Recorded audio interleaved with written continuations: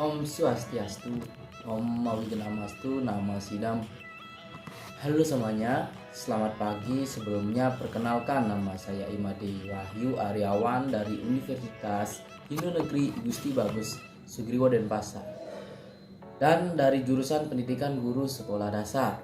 Nah, pada video kali ini saya akan menyampaikan beberapa materi mengenai metode pembelajaran bahasa Indonesia beserta cara pengaplikasiannya. Yuk tonton video ini sampai habis. Semoga dapat membantu teman-teman sekalian ya. Oke, langsung saja kita ke pembahasannya. Mulai dari pengertian metode komunikatif. Metode komunikatif, desain yang bermuatan komunikatif harus mencakup semua keterampilan berbahasa. Setiap tujuan diorganisasikan ke dalam pembelajaran. Setiap pembelajaran dispesifikkan ke dalam tujuan konkret yang merupakan produk akhir. Sebuah produk di sini dimaksudkan sebagai sebuah informasi yang dapat dipahami, ditulis, diutarakan, atau disajikan ke dalam non-linguistis. Sepucuk surat adalah sebuah produk surat. Demikian pula sebuah perintah, pesan, laporan, atau peta juga merupakan produk yang dapat dilihat dan diamati. Dengan begitu, produk-produk tersebut dihasilkan melalui penyelesaian tugas yang berhasil. Contohnya, menyampaikan pesan kepada orang lain yang sesuai dengan tujuan pembelajaran. Tujuan itu dapat kita pecahkan menjadi 6 bagian, yaitu memahami pesan. Yang pertama, memahami pesan. Yang kedua, mengajukan pertanyaan untuk menghilangkan keraguan. Yang ketiga, mengajukan pertanyaan untuk memperoleh lebih banyak informasi. Yang keempat, membuat catatan. Yang kelima, menyusun catatan secara logis. Dan yang keenam, menyampaikan pesan secara lisan. Dengan begitu untuk materi bahasan penyampaian pesan saja, aktivitas komunikasi dapat terbangun secara menarik, mendalam, dan membuat siswa lebih intensif.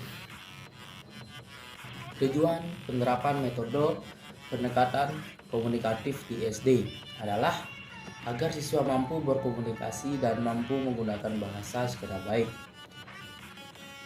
benar, dan secara nyata dan wajar, serta dapat digunakan untuk berbagai tujuan dan keadaan. Hambatan yang dialami oleh guru ketika menggunakan pendekatan komunikatif dalam pembelajaran bahasa Indonesia adalah sebagai berikut. Yang pertama, siswa masih tampak malu dalam mengutarakan pendapatnya, kurang lancar bercerita atau berbicara, dan struktur kalimatnya belum runtut. Yang kedua, bahasa Indonesia yang digunakan tidak sesuai oleh siswa tersebut. Nah, sekarang ada pengaplikasikan metode pembelajaran komunikatif. Adapun beberapa cara dalam mengaplikasikan metode komunikatif, yaitu ada dua. Yang pertama, penerapan metode komunikatif dalam silabus, dan yang kedua, langkah-langkah penyajian metode komunikatif. Yang pertama yaitu penerapan metode komunikatif dalam silabus. Di dalam KTSP Bahasa Indonesia terdapat rumusan standar kompetensi atau SK dan KD untuk keempat keterampilan bahasa. Dalam 1 tahun ada 2 tema. Oleh karena itu rumusan SK dan KD dibuat per semesternya.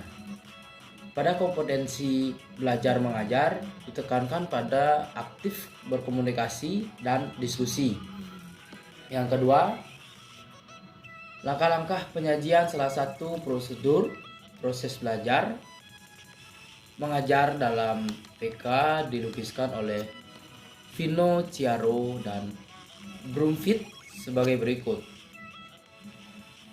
yaitu Ada yang pertama, dialog pendek disajikan dengan didahului penjelasan tentang fungsi-fungsi ungkapan dalam dialog itu dan situasi di mana dialog itu mungkin terjadi. Yang kedua, latihan mengucapkan kalimat-kalimat pokok secara perorangan, kelompok atau klasikal. Yang ketiga, pertanyaan diajukan tentang isi dan situasi dalam dialog itu. Dilanjutkan pertanyaan berupa tetapi langsung mengenai situasi masing-masing pelajar. Di sini kegiatan komunikasi yang sebenarnya telah dimulai. Yang keempat, siswa membahas ungkapan-ungkapan komunikatif dalam dialog.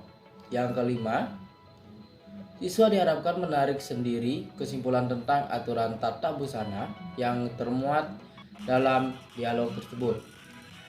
Dan guru memfasilitasi dan meluruskan apabila terjadi kesalahan dan penyimpulan. Stop bro.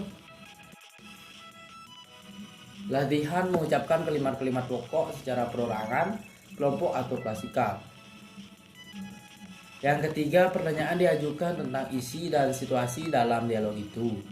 Dilanjutkan pertanyaan serupa tetapi langsung mengenai situasi masing-masing pelajar. Di sini kegiatan komunikatif yang sebenarnya telah dimulai. Yang keempat, siswa akan membahas ungkapan-ungkapan komunikatif secara dialog. Yang kelima, siswa diharapkan menarik sendiri kesimpulan tentang aturan tata bahasa yang bermuat dalam dialog tersebut. Dan guru memfasilitasi dan meluruskan apabila terjadi kesalahan dan penyimpulan.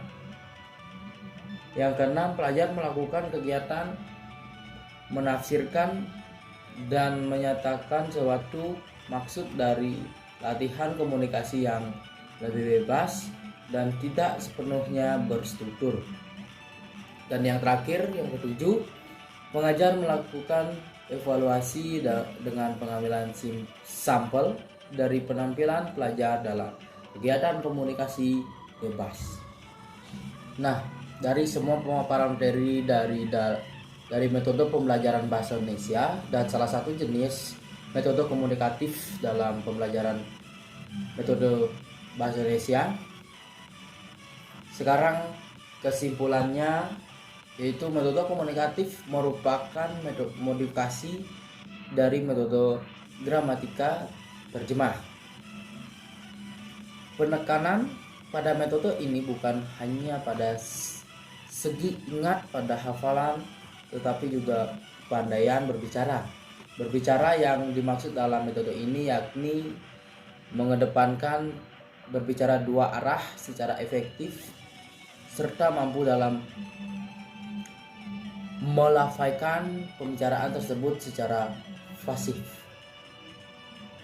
Metode ini sangat efisien bagi para pemula dalam mempelajari bahasa target dengan tujuan mampu berbicara secara baik dan benar dalam bahasa Indonesia target itu sendiri. Baik, demikianlah materi yang dapat saya sampaikan kepada teman-teman semua. Jika ada tutur kata dan perbuatan saya selama video saya berlangsung, saya mohon maaf. Dan saya mengharapkan semoga video ini dapat bermanfaat bagi kita semua. Terima kasih sudah menonton video ini sampai habis. Akhir kata saya ucapkan Pramusati. Om Santi Santi Santi Om.